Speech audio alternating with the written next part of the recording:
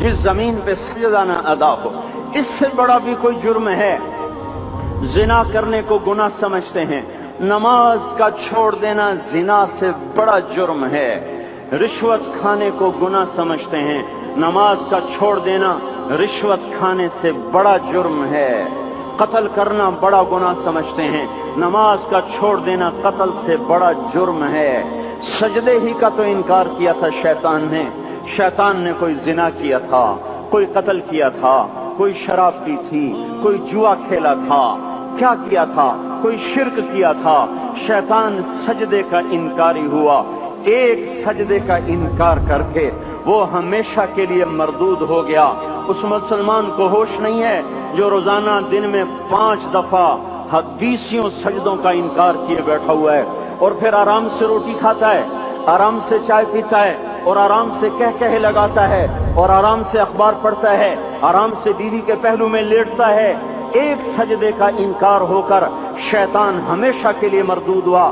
جس نے فجر کا انکار کیا سجدوں کا، پھر ظہر کے سجدوں کا مذاق اڑایا، پھر عصر کا مذاق اڑایا، پھر مغرب اور عشاء کا مذاق اڑایا۔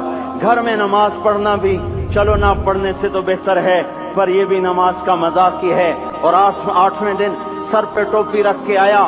8 دن جس نے اتنے سجدوں کا انکار کیا، وہ اس بات سے نہیں ڈرتا کہ کہیں اللہ اسے مردود نہ کر دے، تو کیا ہوگا اس دن جب جن بچوں کی خاطر یا جس نفس کی خاطر اللہ کے بغاوت کی کہ اٹھا نہیں جاتا، آیا نہیں جاتا، گرمی بڑی ہے، سردی بڑی ہے، اندھیرا بہت ہے، کیا قبر کے اندھیرے یاد نہیں ہیں؟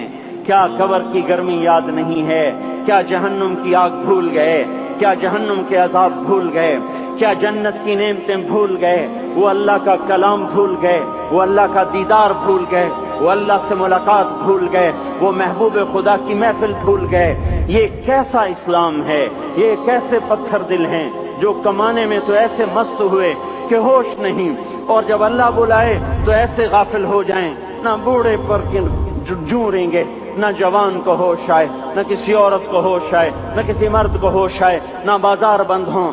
ارے میرے بھائیو، حکومت سے پیسہ بچانے کے لیے ہڑتالیں کی، 20 دن بازار نہ کھولے، نماز کے لیے اگر دکانیں بند کرتے تو آج اللہ تعالیٰ آپ کو ہر ظالم سے باہر نکال دیتا۔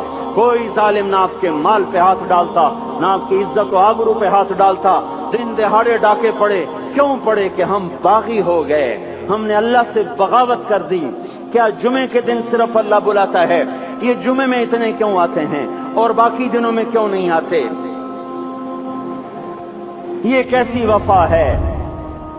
اور ایسا وفاؤں والا اللہ کہ زمین بولے اے اللہ اجازت دے میں گلستان کالونی کو نگل جاؤں، سمندر بولیں مولا اجازت دے ہم چڑھ جائیں، فرشتے بولیں اے اللہ اجازت دے ہم انہیں ہلاک کر دیں، اور جس کے سجدے کا انکار ہوا پڑا، جس کا 8 بازاروں میں جس کی شریعت کا مذاق اڑایا جا رہا، وہ جس کوئی غیرت خود جوش میں آ رہی کہ یہ میرے بنے ہوئے گندے پانی کے بنے ہوئے نطفے سے بنے ہوئے، میری غذا کھا کر، میرا رزق کھا کر، میری ہواؤں سے زندہ، میرے پانیوں سے زندہ، میری روٹی سے زندہ، میرے دیے ہوئے گوشت سے زندہ، میرے دیے ہوئے نظام سے زندہ، یہ میرے ہی منکر بن گئے۔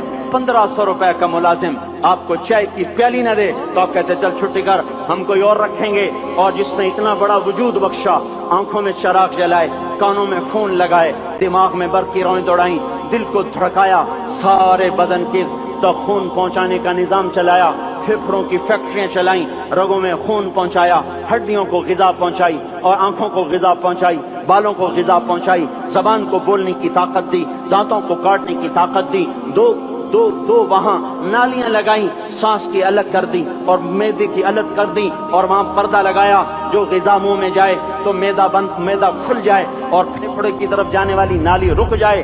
جو اللہ اتنی حفاظت کرے کہ آپ کا لقمہ آپ کے معدے میں جائے، وہ 2 ہی تو یوں ساتھ ہیں بالکل یوں، ایک ساتھ، اور وہ اللہ اتنی طاقت والا کہ سانس کی نالی بند کرے اور معدے کی نالی کا منہ کھولے اور غذا کو منہ میں سے گزار کر وہ معدے میں پہنچائے، پھر ایک زبردست طاقتور نظام چلائے، اس کو توڑ کے آنتوں میں پہنچائے، پھر کروڑوں قسم کی فیکٹریوں کو حرکت دے اور اس میں سے خون کو کھینچے، غذاؤں کو کھینچے، پھیپھڑے کو غذا، خون کو غذا، خون خود غذا لے کے چل رہا، آنتوں کو غذا، دماغ کو غذا، ہڈیوں کو غذا، ناخن کو غذا، ایک ناخن کھینچ لے تو ہم کیا کریں؟ کیا میرے مولا کا نظام ہے؟